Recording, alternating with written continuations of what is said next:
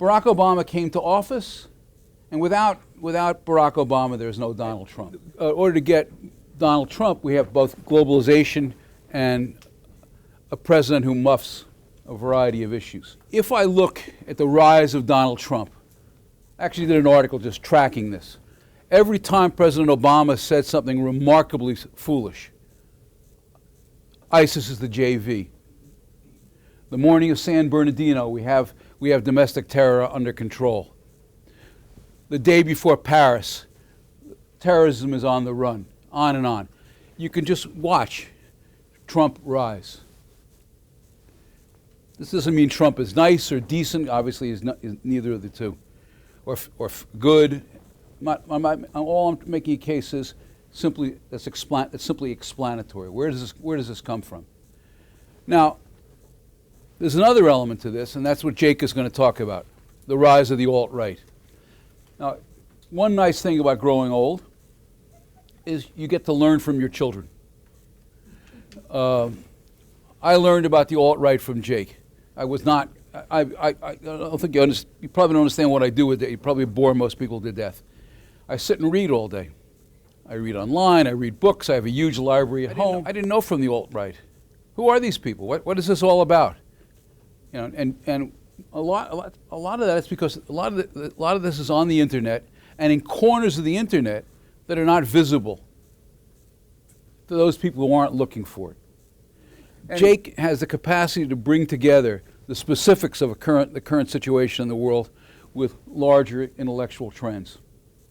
And he's a very smart guy. So when he went to Afghanistan and told me he was going to be, told my wife not to worry, I'm going to be in the Italian sector, we understood what that meant, and he was right. And the worst thing that happened is that I think they stole a lot of Italian cheese while they were there. Anyway, let me turn this over to Jake. Ask, how many people, by nod your heads or show of hands, have heard alternative right, alt-right, as a term before? So, looks like maybe a third. It's a kind of growing political movement that hasn't quite defined itself yet. It's not a political party like Democrats or Republicans. What it is an ideology that's been growing for some time and is coming together and is very prominent now because it's become aligned with Donald Trump's campaign. And so, though it's not the same thing, Donald Trump's politics are not exactly the alt-right's politics. The alt-right is generally very much behind Donald Trump but doesn't agree with all his positions. So they're not exactly the same thing, but that's what's propelled this into the national conversation, and that's why it's important to understand what is this moment that we're going through right now. So there are a couple of ways to understand what the alt being short for alternative, what the alternative right is, okay? You could start in a couple of different places. One place you could start to try and understand it is with the revolt from inside the conservative movement against the conservative establishment. So you have what we call conservatism in America is not some kind of political orientation that's been around for 1,000 years. What we call conservatism, those set of ideas which maybe we think of as small government or we think of as being socially conservative, they really start after World War II. And they start as a kind of mostly Northeastern, from Northeastern intellectuals. So it's not a movement that starts as a populist movement of the South or of common people in the Midwest or whatever it evolves into. It's a movement that starts after World War II with mostly Northeastern intellectuals who are rejecting what they see as the dominant liberal establishment order. And it grows for a couple of reasons, and it brings together a number of different movements who reject FDR's New Deal, and they're very anti-communist, and that's kind of the origins of conservatism. Conservatism breaks after Reagan gets elected, and you wind up with a group that's called paleoconservatives. All right? I'll get to the more interesting stuff in a minute. It's just a bit of history. But the paleoconservatives are people who have ideas that we might not automatically associate with conservative politics. So they're anti-Iraq war, for example. You think about how does the split work on the war on terror, on the Iraq war? Most people think, all right, Bush was in office, conservatives were for the Iraq war, maybe liberals were against the Iraq war. Of course, it's much more complicated. Most of the liberal, the Congress, Democrats, Republicans, both got behind it in a bipartisan effort. But broadly speaking, since it was a George W. Bush-led thing, we think of it as conservative. The paleoconservatives were the ones who broke against the conservative establishment. They were against the Iraq war. They were very skeptical, a lot of them, of what they saw as unrestrained capitalism, and they were also anti-globalism. And within the paleoconservative movement, there were also a significant number of people who were either outright racists, who might have disguised that in a number of ways, but were some combination of white nationalists or kind of Southern traditionalists, but who gave all of this a kind of an intellectual veneer. There were other people who were not racists, but found themselves in league with those people because what brought all of them together was that they were opposed to that conservative establishment that they thought had become basically the same as liberalism. So they were reacting from inside of conservatism to what they saw as the mainstream conservative establishment being co-opted into a kind of liberal politics and also pursuing things like the Iraq War, the war on terror that they thought were ill-advised, if not disastrous. So that's one place you could start. But if we go back way before that to what's commonly thought of as the European Enlightenment, but there's a European and an American Enlightenment, there are some ideas that are still with us in the modern world that get developed hundreds of years ago. Among those ideas, the two most important ones for today's conversation are the idea of universalism and what grows out of universalism, which is the idea of equality. And in a lot of ways, what the alternative right is, insofar as it has philosophical principles, right, aside from its specific policies, anti-immigration, anti-globalism, insofar as it has philosophical principles, what the alternative right believes is that all men are not created equal. That's their bedrock belief. They believe that equality is a delusion of the modern world, and that in a state of nature, there are hierarchies. They break this up into any number of hierarchies. So though men and women are not the same, the races are not the same, religions are not the same, national identities are not the same. That, at its core, is the single most defining principle of this kind of wider movement called the alternative right. And that aspect of it, this rejection of the belief in equality, which as Americans, many of us probably think is something essential to or sacred in the American tradition, that's what they're rejecting. That takes a number of different forms. Sometimes it takes very overt forms, and sometimes it takes more subtle forms. But if you could break the alt-right down to one idea, I think that would be the idea. How does that express itself? In a number of different ways. A lot of people on the alt-right think that democracy is kind of a sham. Why is democracy a sham?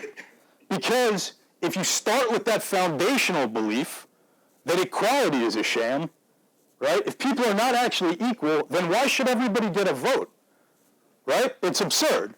If some people are naturally better than others at certain things, then it would follow that maybe some people are better at governing or better at leading. And those people ought to be in power. They ought to be put in charge of governing and leading. You end up with a kind of admiration for dictators, for monarchies, for leaders who are strongmen, who do not respect the will of the people necessarily. That's one aspect of the alt-right. The will of the people in this worldview is not necessarily worth respecting because the people don't necessarily know what's best for the world or for society. So that's one way that the alt-right expresses itself, and that foundational idea of inequality expresses itself. Another way it expresses itself is in terms of what we could call globalism versus nationalism, and which they posit, with some justification, as also being a question of the elites versus the common people. So globalism, broadly put, in this context, refers to the system of trade where, jobs from America have gotten sent overseas because the labor there is cheaper as part of these trade deals, like maybe you've heard of NAFTA or TTP. And in return for that, we end up with cheap consumer products. And the promise of globalism, the promise of those kinds of trade deals all along had been that we're going to send these sorts of jobs overseas, like these old factory jobs, for example.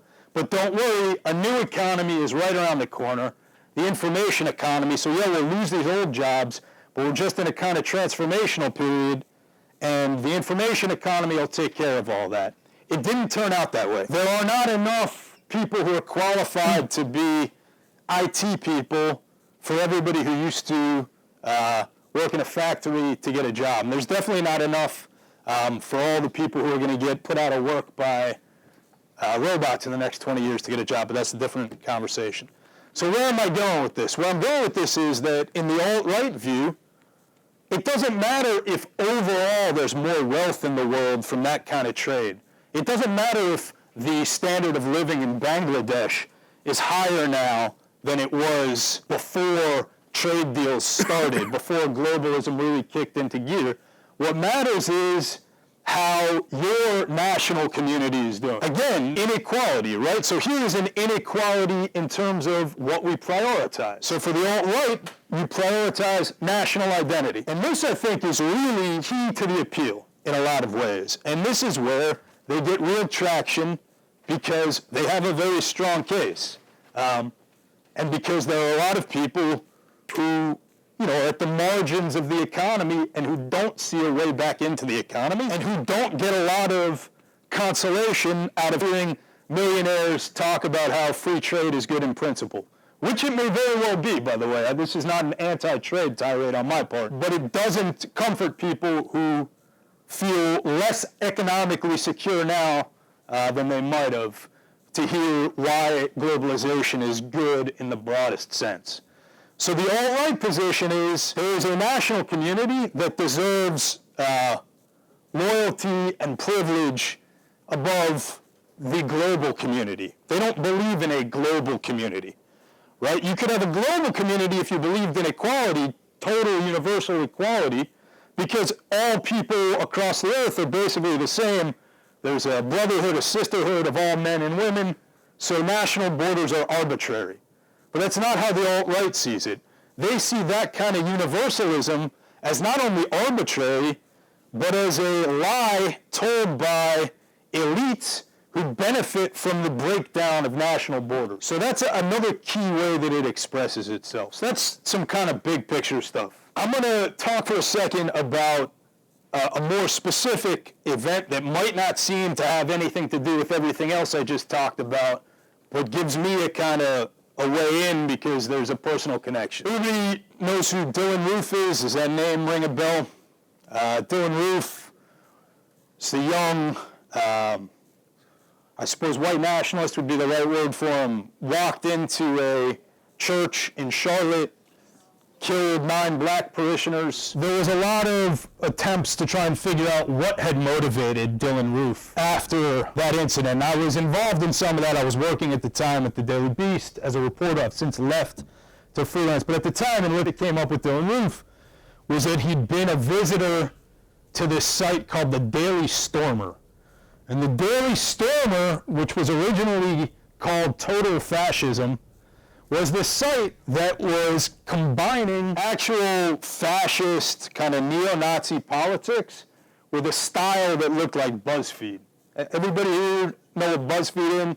It has been on BuzzFeed. So if you think of like the new internet, you know, and I don't want to be ageist here, but the younger people in the audience probably have a better idea what I'm talking about. The sites like BuzzFeed, imagine that, but with neo-Nazi politics. All right, that was something relatively new.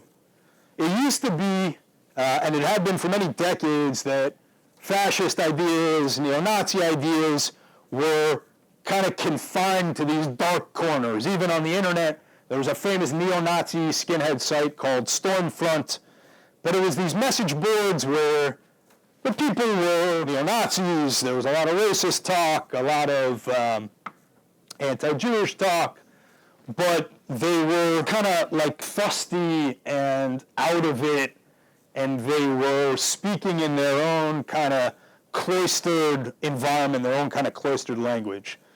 With the Daily Stormer, where Dylan Roof had been a commenter, represented in some ways was these ideas latching on to this kind of new media way of expressing themselves. And I don't think that Dylan Roof entered that church and decided to kill 9 people directly because of the Daily Stormer, but I do think that he'd found a nourishment for the ideas that he was developing, and he'd found not only a sense of community, but a sense of encouragement online in these sorts of places. So at the time, I wrote a long article about this. This was before Trump had really exploded. It was in, I believe in May 2015, I wrote this article.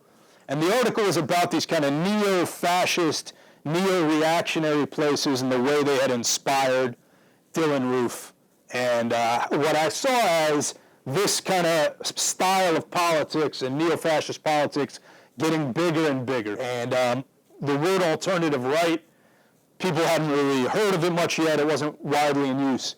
What was interesting was the response I got to that article. The reason why I bring it up, in part, is to say that one of the things I was trying to get at in that article was that sites like the Daily Stormer and other sites like that were really trying to engage with young people and were trying to engage with ideas. They were trying to separate themselves from the old kind of dumb skinhead neo-Nazi style by being more intellectual and also by being more aesthetically sharp and stylish.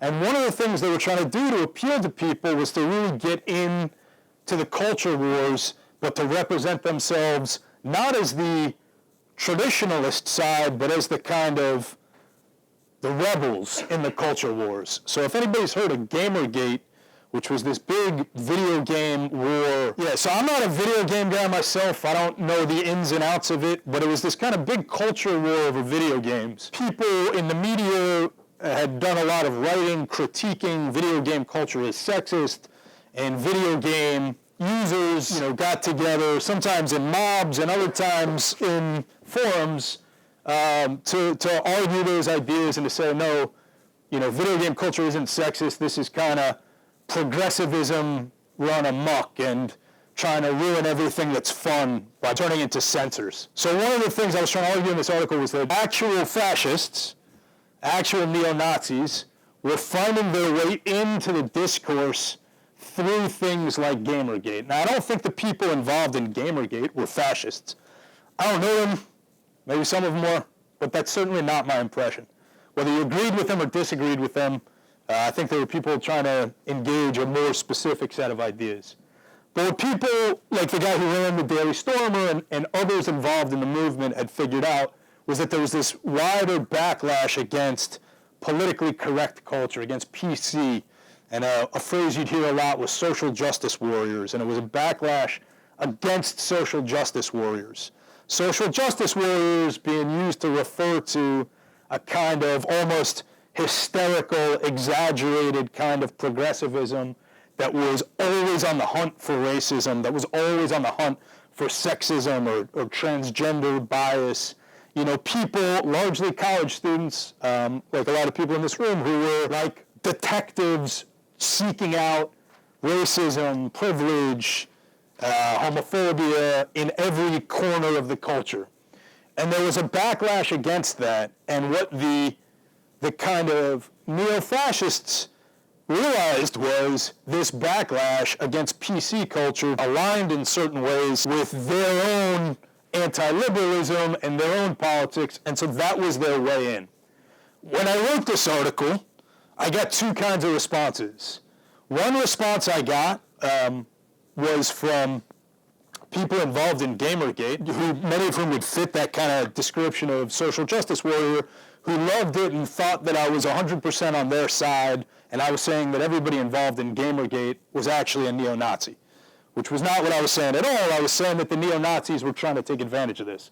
The other response I got was from alt-right people, many of them who were neo-Nazis of some sort or another, and a lot of whom used anime avatars online, calling me a social justice warrior. So what I saw was just how polarized everything had gotten, where you had two choices. Either you were essentially like an ultra-progressive social justice warrior, or you were a fascist, which was, in a way, exactly what I was trying to warn about or describe in this piece. The deliberate strategy to force people to choose one of these two things. Either you're a social justice warrior, or you have to be a fascist, or at least you have to accept fascists into your coalition. It seems to me a profoundly unhealthy kind of politics, and deeply anti-American insofar as that still means something. They also took advantage of a widespread discontent to insert their politics into the mainstream discourse in the same way that they had looked at the culture wars over things like Gamergate, or the culture wars over things like the PC culture on campus, to insert their politics into the wider discourse. So, my father talks about Hillary calling people deplorables, ignores the fact that these are really people who are kind of kicked out of the middle class, and to call them deplorables is to ignore the ways in which they've been screwed over by neoliberal globalization policies, which is true. That's true for a lot of people. And, tactically not a very smart thing to do to call those people deplorables. And there are a great many people who support Trump who are in no sense deplorable. There are people who are looking for a better deal than the one they've got now. However, there are some people who are quite deplorable. The people who are quite deplorable, the ones who, they're not at all economically disadvantaged, many of the alt-right people. These are not people who are suffering from a loss of good blue-collar middle-class jobs. These are intellectuals, college-educated. Maybe they haven't gotten quite the celebrity they wanted to achieve, and that might have seemed like a birthright, creative celebrity that a lot of young people feel is their birthright in a way that they're conditioned to think. Maybe they haven't become celebrities, but they weren't doing too bad. And here I'm talking about the kind of intellectual voices behind the alt-right. So there are some very highly placed actual fascists, some people who flirted with fascism, white nationalists, people who flirted with white nationalism, who really were exerting an influence on Donald Trump's political campaign. And Donald Trump, in return, was flirting back with those people. He was winking at them. Sure, he rejected David Duke's endorsement. And by the way, this is not me up here trying to tell you who to vote for. I'm not somebody who finds any good candidates these days. But if we're going to be honest about who Donald Trump is, we should be honest about who Donald Trump is. And he's a guy whose campaign very deliberately flirted with white nationalist groups, flirted with anti-Semitism. So this is not just racists on the margins who are attaching themselves to the campaign. David Duke can endorse whoever he wants to. David Duke was the leader of the Ku Klux Klan in Louisiana who ran for governor there and endorsed Donald Trump. We can't blame Donald Trump for who endorses him, right? There are any number of, by the way, the KKK also endorsed Obama in 2008 for their own reasons, obviously. So you can't blame somebody for who endorses them. But it doesn't stop there, right? Because first of all, they dragged their feet repudiating the endorsement. And second of all, particularly in the campaign itself, they were digging into the alt-right and pulling these kind of bits of propaganda and these bits of campaign material out of the alt-right, pulling these ideas out of the alt-right, and then mainstreaming them. So they were very directly flirting with those people who are deplorable. As long as we can call white nationalists deplorable, or we can call anti-Semites deplorable, and I know the world is changing, but I'm still comfortable doing that, then some of these people that the Donald Trump campaign was directly appealing to were not out of work steel workers in Pennsylvania. They were pretty well educated, middle class, upper middle class, white nationalists. And the last thing on the kind of uniquely digital aspect of this, and then we'll open it up for questions, is who's heard of Reddit in this room? 4chan, anybody? Okay, so these places ended up, 4chan's a big messy place, and there's a lot of stuff going on 4chan. It's difficult to reduce 4chan to any one thing. And there's a tremendous amount of creative energy in a place like 4chan. A lot of the kind of big memes that took over the culture started on 4chan. LOL cats, and the whole meme culture in a certain way can be said to really have at least been popularized there. So there's an idea of 4chan as just a hive of white nationalists or Nazis that's come about. It's not true. 4chan is just a message board. It's a place where people who are into anime originally gathered to talk about things. What it really is, what 4chan really is a people where common interests got together and were all anonymous. So what that led to was this like factory of cleverness, this incredibly prolific assembly line of cleverness. A lot of that cleverness, you could power the world. We could all get rid of nuclear energy and have enough power to run electricity for the next 100 years if they could have harnessed that cleverness. Instead, it dissipated because it was a lot of it was just people being clever for the sake of being clever. And it just disappeared into the ether. And at a certain point, especially when it turned to politics, I think part of what happened was people got sick of cleverness for its own sake. And they started to develop real political ideas. Anyway, there's this one section of 4chan, it's not the whole site, devoted to politics, and that section of 4chan kind of helped both the alternative right, really became very hospitable to racists and neo-Nazis and anti-Semites, helped kind of birth the alt-right. And what it also did was it generated these memes that got picked up by the Trump campaign. So here were these people on 4chan who were creating these memes. It was free labor for the Trump campaign. You know, this was volunteers for the Trump campaign. If you remember the expression netroots, back with Howard Dean's young, energetic volunteers who were kind of digital natives were called netroots. Trump had his own netroots. And they were making these memes, and the Trump campaign would pick the memes up, and they would blast them out on the Twitter account. And so Trump would take something from 4chan, as insane as that sounds. It'd be like Nixon picking up something from Abby Hoffman. Abby Hoffman backing Nixon, I guess. You'd have to start with that. And then Nixon using Abby Hoffman's material in his campaign. So that was the alignment between Trump and the alternative right. None of this goes away after the election. It doesn't matter who wins. This is a politics that's here with us for the foreseeable future. And the reasons why it's here with us, and the reasons why it has the kind of wind at its back now, is because there's very widespread discontent in this country. And there's a lot of good reason for that discontent. And you could see it in the Bernie Sanders campaign, and you could see it also in the Trump campaign. And insofar as the alt-right could attach their politics to that broader discontent, they could get the energy of a mass movement. I have not seen, in my travels, in my reading, I've been in New York a lot of my life, which is fairly cloistered, but I spent a significant amount of time in the military. I've been in different parts of the country. I've met people who are not, Northeastern liberals. I have not seen any evidence to suggest to me that America is on the brink of some kind of neo-fascist awakening. Right? It just doesn't square with what I know. However, what I do think could be happening now is that, to use a phrase that the alternative right likes to use a lot, the Overton window could be shifting, meaning that the Overton window refers to what it's okay to talk about at any given time, kind of where the mean is in mathematical terms. So there are certain things that, people are uncomfortable talking about race in this country, issues around sexuality. You could see kind of with the Caitlyn Jenner story and how quickly transphobia became one of the biggest issues in the country. The New York Times was running a week-long series about transgender rights and transphobia. The pace of change was incredible.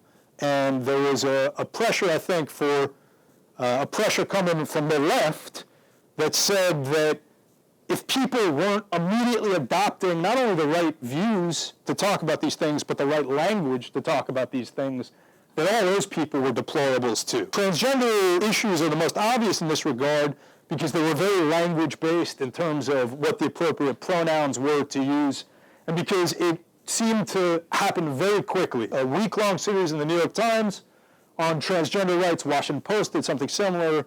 It happened very quickly, and it became kind of elevated parts of the national discourse where there was a lot of attention. The media Twitter, which might be insulated and cloistered, but nonetheless radiates out in the broader culture in the same way universities do. It wasn't enough to say, hey, I'm a tolerant person. People should have the right to self-definition.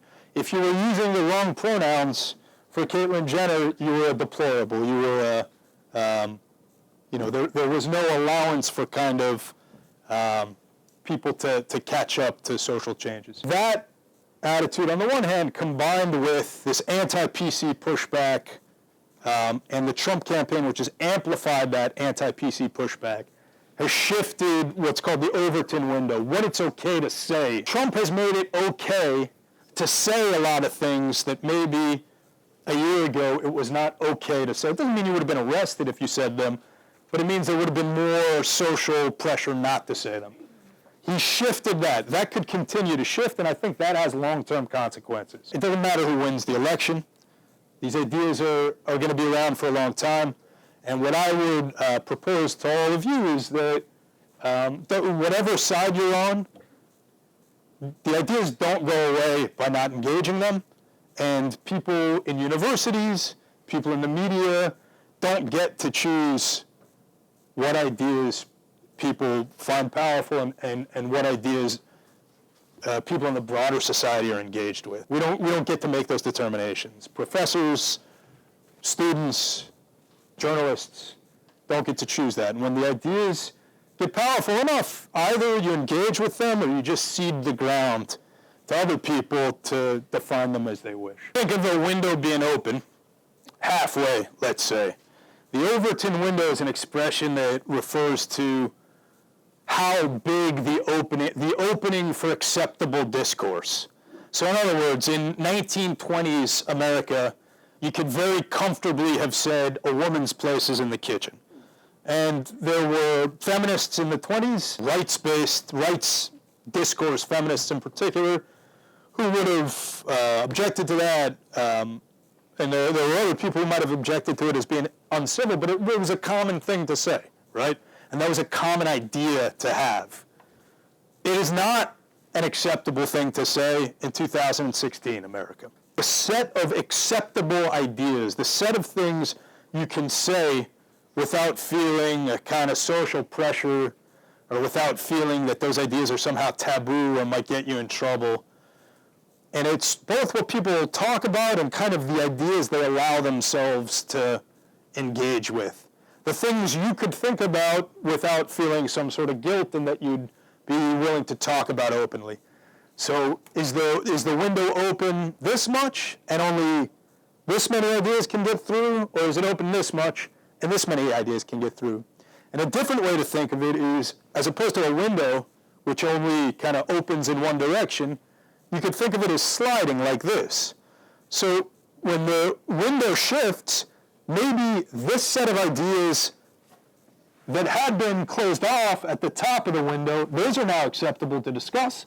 But these ideas at the bottom, which had been acceptable to discuss without social pressure, the window shifted so those are now outside it. 1991, a very famous American historian named Arthur Schlesinger, now forgotten, but once enormously important, and someone who Democratic presidents feared if he expresses this pleasure, wrote a book about multiculturalism in America. And what he said was, if political elites keep pushing multiculturalism and globalism, there's going to be a backlash. At some point, you're going to have a white nationalism. Responsible seem perfectly legitimate. If cultures are really cut off from each other, they're really separate. Two can play this game, so to speak, and that's part of what's come to pass. Interestingly enough, Murray is now cuckonservative, which is another one of these. Conservative is the expression from cuckold, which refers to like a sellout, not a real conservative. And it's a kind of euphemism for race traitor a lot of the time, actually. But Murray, because he won't openly embrace white nationalism, is now considered a sellout, basically. Pepe the Frog is one of these memes. Meme, interestingly enough, comes from Richard Dawkins, the famous geneticist. So a meme, for these purposes, is an idea that replicates itself. So the same way that genes replicate themselves, an idea in the culture replicates itself. And so that's where it comes from. If you've ever seen these like one-panel cartoon images with a caption, that's a meme, and it's these like infinite variations on an idea kind of thing. Pepe the Frog started off from this comic this guy did, Matt Fury, I think his name was, Boys Home or something like that. Got onto 4chan, and it went through all these iterations. This gets into a kind of wider thing about the alt-right. Part of what the alt-right is exactly what you're talking about with young white men out of work. There's also, the suicide rate for young white men has gone up dramatically. And there's a tremendous amount of despair among people who aren't necessarily living in abject poverty. It's a bit more of a complicated and difficult conversation to have, and I don't think it's restricted to young white men, but it's most profound in young white men and most acute there, I think, because of the sense of displacement and the demographic changes. So this frog went through all these iterations. It just was a cartoon at first, this one character, Pepe the Frog. There was happy Pepe, there was sad Pepe. And it got really picked up by 4chan, and you would see it associated with different things. So for example, it was associated with a school shooting in Oregon, I believe. But it wasn't an explicitly political thing. And then the political board on 4chan, they picked it up. They started to crank out all these Pepe for Trump memes, Pepe Hitler memes. One of the things you see happening, like this Pepe the Frog, on the one hand, it's like free poster art for the Trump campaign. So they just reach down into the 4chan well, they pull this stuff up, free labor for them. Though there's some dark money going to it too, but mostly free labor. But the other thing it is the same kind of jargon you saw in universities, kind of, the alt-right has become very in love with its own jargon. And, there's the kind of famous backlash against academic, postmodern jargon. Somebody would write a paper about something that, like, was inscrutable. You couldn't make sense of it, like the poetics of the quantum physics of the hermeneutics of whatever. Ideas became more and more abstract and less simple to express. The alt-right does some of that too, because they're so in love with how clever they are. It really kind of takes off beginning in the 1990s. In the late 90s, there was an effort in academia to shut down debate. It was the beginning of an effort to really shut, and it occurred before, but never with this force. Shut down debate, people were uncomfortable, they couldn't answer. So for instance, if I asked the question, how is it that 50 years after the beginning of the Great Society, Baltimore is a place overrun with people who have no hope? That's something that had to be shut down. And so political correctness said you can't talk about this, you can't talk about that. And if I had to pick out one concept that holds together all the Trump supporters, And from left to right, and I say from left to right because Trump, if you listen to him, is not a traditional conservative. He's a 1950s liberal, stranded in 2016. Traditional left-right distinctions don't make a great deal of sense in this election. In some ways, he's running against both Democratic and Republican establishments. And he can do this because there's been so much blather. Obama came into office talking about inequality. Well, since Obama's been in office, Wall Street has done great, it's done wonderfully, and Main Street has done terribly. And he still talks the same way. If Trump was a good debater, he would play on it. He doesn't. He's driven by vanity. He's driven. So he spends 2 weeks talking about a former Miss Universe who was involved in a murder case. About why? This was about him. It had nothing to do with anything larger. Just on a personal note, I wake up in the morning and I have a dozen emails waiting for me. Half of them telling me I must vote for Trump. Half of them telling me I'll be damned and go to hell if I vote for Trump. I must vote for Hillary. And I don't answer them because there's no point. One of the good things about arguing with Frank in those years and subsequently was you could talk about anything, and you could debate, and I think he's tried to foster that environment at St. Francis, that people need to debate rationally and intelligently and empirically, and don't simply attempt to shut other people down. The irony is modern liberalism gets its start in response to McCarthyism, one of its starts. Well, the irony here is the response to McCarthyism is an attempt to expand speech. So a close friend of mine, who Jake likes to agree with when he disagrees with me, was a part of the free speech movement in Berkeley in 1964. Free speech was the forefront of the New Left, what became the New Left. Well, as the left has come to power in institution after institution, it's eliminated speech. What it wants is dominance and power. This is not what Jake said is absolutely right. Let's suppose Hillary wins. Half the country will think the election is illegitimate. Half the country will think she belongs in jail because she does. The other half of the country, if now Trump wins, the New York Times will have an aneurysm. They'll go absolutely crazy. They'll announce that Hitler is marching through the street. He's not a Nazi. And what Jake says is true. He's willing to take information from these loathsome people. But if you go into Trump headquarters, it's sprinkled with Orthodox Jews. It's a very strange. Our normal definitions of what's left, what's right, what's good, they don't work. We're in a new world. Part of what happened with PC is that the culture wars replaced, for the left, cultural Marxism. And here I think the alt-right, which is obsessed with cultural Marxism, is right in a lot of ways. I think that they're sometimes their obsession takes them in strange and ugly directions, but the left replaced a concern with material conditions for people, whether it was in the doctrinaire Marxist way or social democratic way. The left replaced the concern with how are people being paid, how are they allowed to organize, labor rights, material conditions that applied to a great many people with more cultural and social preoccupations. Some of that started from the civil rights movement in the sense that strictly material conditions were not enough, that you couldn't just deal with labor conditions. You also had to deal with racial inequality, gender inequality, et cetera. So some of that started there, but some of it also started, not to get into the whole thing about the Frankfurt School, with a sense that there was something rotten in the core of America that needed to be eradicated or worked out, like a toxin would be worked out of a body. And that cultural preoccupation, which replaced the old Marxist preoccupation, the old Marxist sense of material conditions being what was most important, has gone into overdrive over the years, particularly among people who are the most economically comfortable.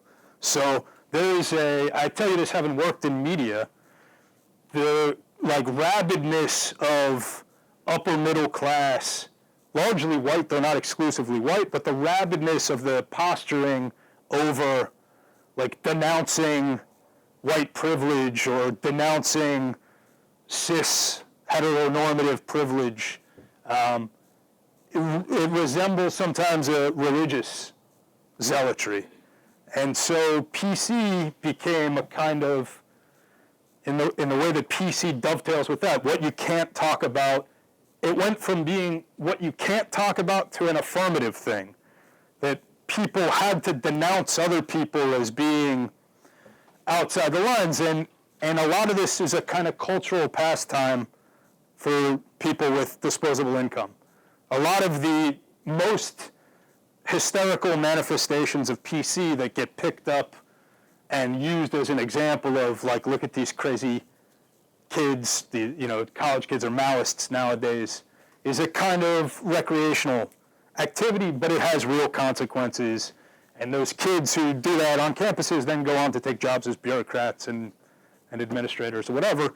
And there's a widespread reaction against that that's become the kind of anti-PC movement, which is that anti-PC umbrella is the single largest, most unifying factor among the Trump supporters, I think. It's the one strand more than anything else that runs through everything. It connects people who are actual neo-reactionaries to people who are white working class, to people who are white nationalists. It's the sense of that anti-PC thing is the one strand that runs through all of it. It seemed to me like she was referring to a wider group of people, but you could be right. Maybe she did mean those people. I think if you're going to phrase that and you're a candidate for president, you probably want to draw those lines pretty clearly, but some of that's just like campaign politics. I'm the wrong guy to ask about the way out. I've made myself more of an expert of the mess than of the ways out. I don't think that the alt-right conjured itself just out of hatred. I don't think that the Bernie insurgency conjured itself just out of like left-wing radicalism whole cloth, or radicalism for its own sake. I think that people look back over the last 15 years and they see a disastrous war in Iraq, a catastrophic post-Bush foreign policy. Catastrophic would be the Bush foreign policy, a blundered post-Bush foreign policy. They see the financial collapse in 2008 with no real structural correction to the economy. The economy becoming more and more abstract, right? These financial instruments that 6 people in the whole world can understand, that control the whole economy. Jobs, when they're not getting outsourced, being turned over to automation. It's not a pretty picture, and they've lost. There's a sense that for a long time there was a centrist consensus of sorts in this country. And you hear the word neoliberalism thrown around a lot, and now it's used in the same way people use neoconservatism as a kind of half a curse word. But originally, neoliberalism was pragmatism, was essential to what it meant. That pragmatism, I think, got corrupted, which corrupted institutions. People lost faith in institutions. So anyways, it's not a good place we're in right now, but we've been in bad places before. My way out, me personally, Jacob Siegel, human being, American, not analyst necessarily. I mean, my sense of it is that if people believe, if there are things you think are worth preserving in this country, you should make that known and fight for them. I think there's been a retrenchment where people have gone into their various corners and talked to people who agree with them already, and I think that's happened on both left and right tendencies, but allowing this to work itself out, allowing the system to work itself out is not great. And for younger people maybe who weren't directly affected by the decision to go into Iraq and the disaster that followed, who were a bit too young to be financially hit directly by the collapse in 2008, nonetheless, the whole conversation gets suffused with a cynicism. When these things happen, there's no correction. So even if you weren't there to watch it firsthand, I think in the same way that the post-Watergate era was cynical, or there was a skepticism towards American institutions, you get the same thing now. All that being said, having spent some time in other parts of the world, having gone back to Iraq as a reporter in 2014, right after ISIS ran through Mosul, and having spent some time elsewhere in the world, it's good here. This is a good place, is my feeling. And it's a lot worse in a lot of other places. And our problems, though significant, are not inexorable. It doesn't lead to doom, necessarily. Does the media have liberal bias? Yeah. 100%. I don't like O'Reilly. I've been on there. I find him a blowhard. You're sort of there as a prop. And so when you start to explain something with a little depth, he pushes you aside. He wants the cartoon. But the liberal media wants to take Trump down. It helped create him because it made good money on his way up. He increased ratings. But they'll do almost anything to destroy Trump, including just outright lying. However, that doesn't mean Trump isn't deserving of very harsh criticism. He is. You don't have to. You don't have to make things. I mean, what's silly is you don't have to make things up. It's all there in what he said. But the idea that we're going to get excited now. This is 5 days about what he said 10 years ago to a guy in morning television. This is the great issue. Well, at the same time that was happening, we discovered that Hillary's speech before Goldman Sachs, she talked about the importance of open borders. I think it might be a little more significant to the country. But where I disagree with Jake, and I agree with the lady here, there is a sense of nausea that's overtaken many people. I like to sit on the front porch, especially when it's warm. I sit and read. It's nice. People come by. What do you think, Fred?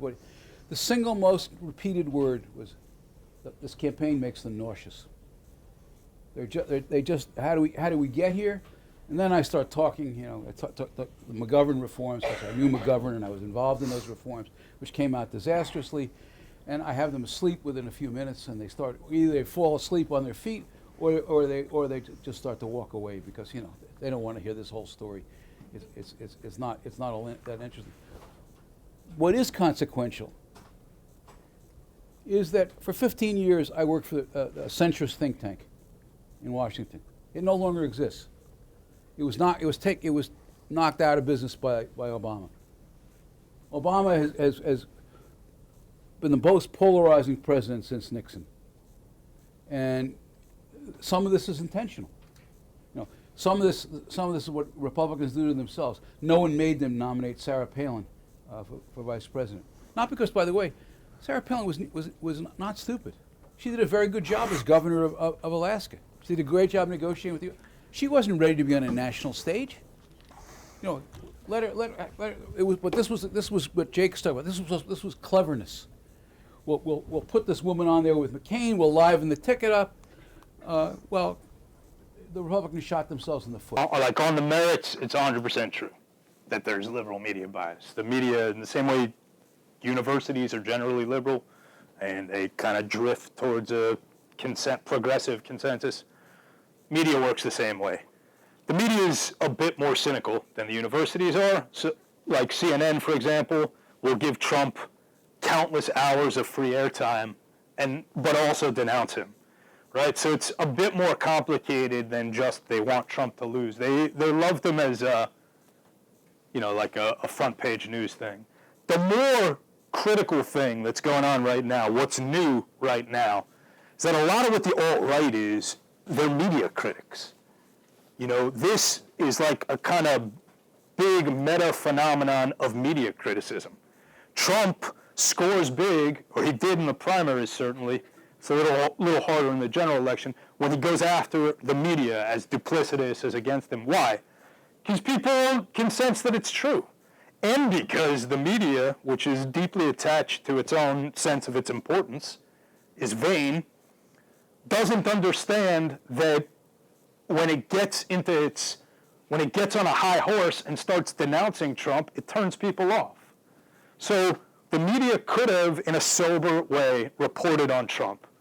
Hey, this is a guy who stiffed his workers. This is a guy whose millions probably don't really exist.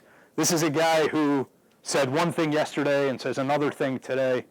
So yeah, like my objection to describing Trump as a 50s liberal, I don't think Trump has any core beliefs. I think he's a vessel that people put their anxieties into, and he very effectively takes on the shape of those anxieties. He's deeply tapped into it. He's a brilliant salesman, but I don't think there's a core political principle there. But the media, in part because it's so attached to the idea of its own importance, didn't understand that by preaching to people and saying, you should hate this guy, he's a scoundrel, they were like, makes me kind of like him actually, because I know I don't like you.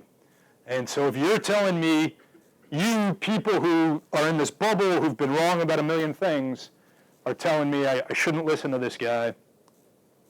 So the alt-right derived a lot of power from that and has all along gotten bigger in part by functioning as a kind of media critic phenomenon.